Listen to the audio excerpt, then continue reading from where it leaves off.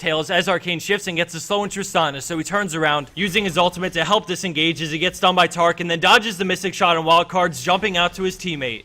With Destiny up, he willingly separates from his team as TF takes the bait as he ports to cut off Lee Sin's ward jumbo with no wards. Lee Sin uses him to escape with the Sonic Wave into Resonating Strike over the wall as he gets stunned by Tark, and then Kayle immediately ults him as he slows and swags out. Now I'm going to speed it up a bit as a lot of chaotic fighting goes on for a while, but in the end, blue team comes out on top with a huge advantage that they used to win the game shortly after. I normally don't like to fast forward this much of a play, but it's a bunch of fighting all over the place and nothing really happens until blue team Zed joins in on the fight. So enjoy the turnaround as blue team sweeps away this fight and the game.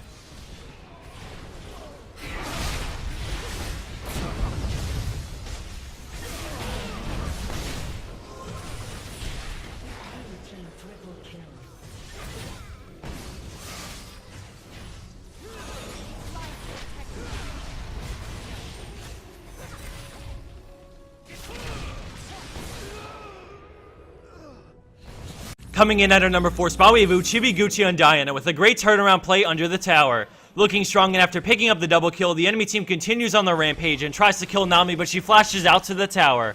The enemy team dives him as Fizz connects his ult with Diana, but she Zhonya's the damage, and then she turns the fight around with a great Q into her ult on Sona, and then again for the kill. She then walks up and uses her passive to end Caitlyn, and after a final Q and tower shot, she picks up the unimaginable triple kill under the tower. After looking death right in the eyes, she somehow turns it around from this situation where most people would have gotten up and walked out of the room into a triple kill.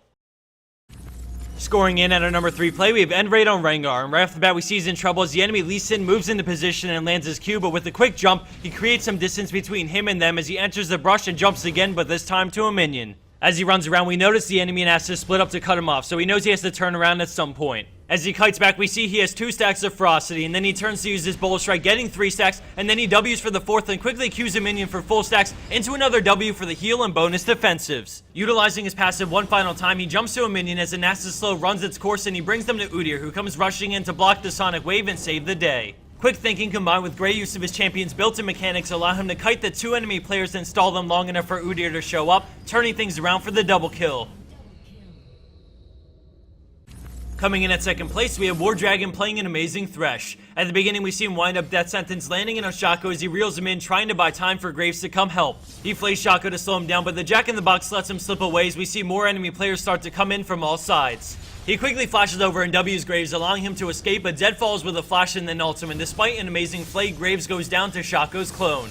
He then kites Zed back, and with the help of Jace, they bring him down, and then Thresh tries to save Jace from Vayne with a great Q to CC her as Jace runs away, but she cleanses it, so they try and burst her down, but Jace dies first, leaving Thresh in a 1v3. He gets on the Shaco first so that he doesn't have to deal with him deceiving around, and then he tries to make a break for it as he gets condemned further out of range, but Nautilus ults for it anyways. He makes it into the brush to break line of sight as he gets knocked up, and then he chooses to actually turn and fight with a flay into an auto attack for the triple kill off of Vayne. Insanely low in health, he cues Nautilus to CC him while he waits for his cooldowns. He gets pulled back and then Nautilus roots him, but he flays him away and then heads for the brush. With a friendly cannon coming in from River, he knows he has to hang in there as he waits patiently in the brush. All of a sudden, he shields himself and makes a break for Kennen. Using flays, he gets rooted, and then he actually cues Nautilus, making him unable to attack as Kennen chain CCs Nautilus with Slicing Maelstrom.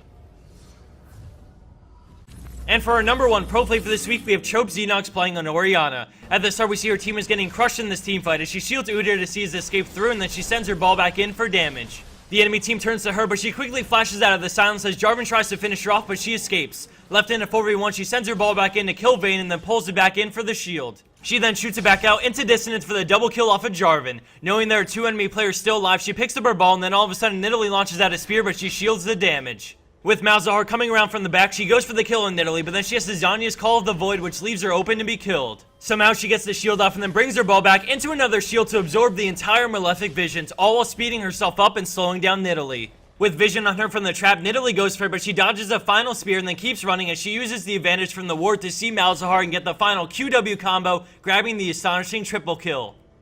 And for the bone scope of the week, we have Igonorrhea on Karthus with an epic cleanup on the enemy team. Just wanted to mention a couple of things before the video ends. First off, we're talking to iBuyPower about possibly making a Potato Monster Revolt PC. If you go to our Facebook page, we have a poll open where you can vote for your favorite design, and the one with the most votes will hopefully become a real PC, which we're extremely excited about, so please go check that out now at facebook.com/potatomonster. On that note, iBuyPower is also doing a sweet sales event where you can take 10% off one of their new Revolt PCs, or if you buy a PC, you have a